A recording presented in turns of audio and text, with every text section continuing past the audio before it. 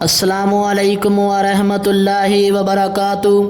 ناظرین، آپ دیکھ رہے ہیں زین مدنی اسلامک چینل اور میں ہوں آپ کا میزبان محمد زین مدنی۔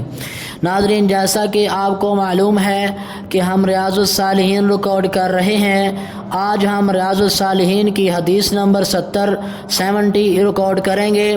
آپ سے التماس ہے کہ ہمارے چینل کو سبسکرائب کریں، لائک کریں، شیئر کریں، بیل آئیکن پہ کلک کریں تاکہ ہر آنے والی نئی ویڈیو آپ تک پہنچ سکے۔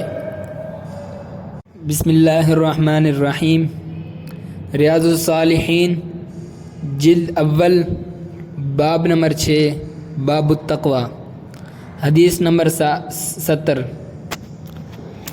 حضرت ابو سعید خدری رضی اللہ عنہ سے روایت ہے کہ رسول اللہ صلی اللہ علیہ وسلم نے ارشاد فرمایا، بے شک دنیا شیریں اور شاداب یعنی سرسبز ہے، بلا شبہ اللہ نے اس میں تمہیں جانشین بنانے والا ہے، چنانچہ وہ دیکھے گا کہ تم کیسے کام کرتے ہو۔ تم اگر کامیاب ہونا چاہتے ہو تو دنیا کے دھوکے سے بچو اور عورتوں کے فتنے میں مبتلا ہونے سے بھی بچو، کیونکہ بنی اسرائیل کی پہلی آزمائش عورتوں ہی کے بارے میں تھی۔ اس کو صحیح مسلم نے روایت کیا ہے۔ فوائد و مسائل۔ اس حدیث کے فوائد و مسائل حافظ صلاح الدین صاحب نے ذکر کرتے ہوئے ارشاد فرمایا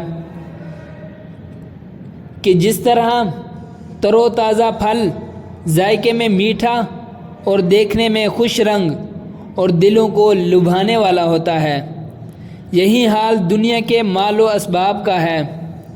انسان کی یہ بہت ضرورت ہے اور یہ انسان کو بہت مرغوب کرتا ہے اور دل اس کی طرف کھینچتے ہیں، اور دنیا کا لذیذ ترین خطرناک ترین پھل عورت ہے۔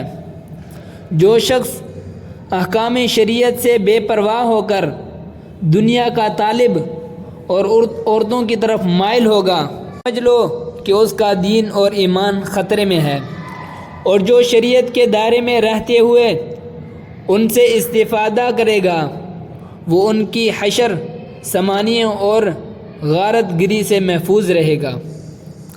دوسرا فائدہ، اس آزمائش میں کامیابی کا راز تقوی ہے، کیونکہ حلال و حرام کی تمیز کا دار و مدار تقوی ہے۔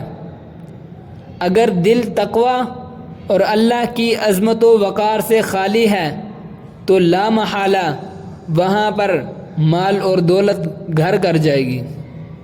تیسرا فائدہ، عورت ہر صورت میں انسان کے لیے آزمائش ہے۔ ماں ہے تو اس کے حقوق اور فرمانبرداری میں کوتاہی ہو جائے تو انسان کی نجات مشکوک ہو جاتی ہے۔ بیٹی اور بہن ہے تو اس کی پرورش بہت بڑی آزمائش ہے، اور اگر بیوی ہے اور نیک ہے تو خیر المتاع ہے، اور اگر بد اخلاق ہے تو انسان کی زندگی اجیرن بن جاتی ہے۔ اور غیر محرم عورتوں کا فتنہ کسی سے مخفی نہیں۔ ان تمام صورتوں میں تقوی ہی انسان کا معاون ہو سکتا ہے۔ وآخر دعوانا ان الحمد للہ رب العالمین۔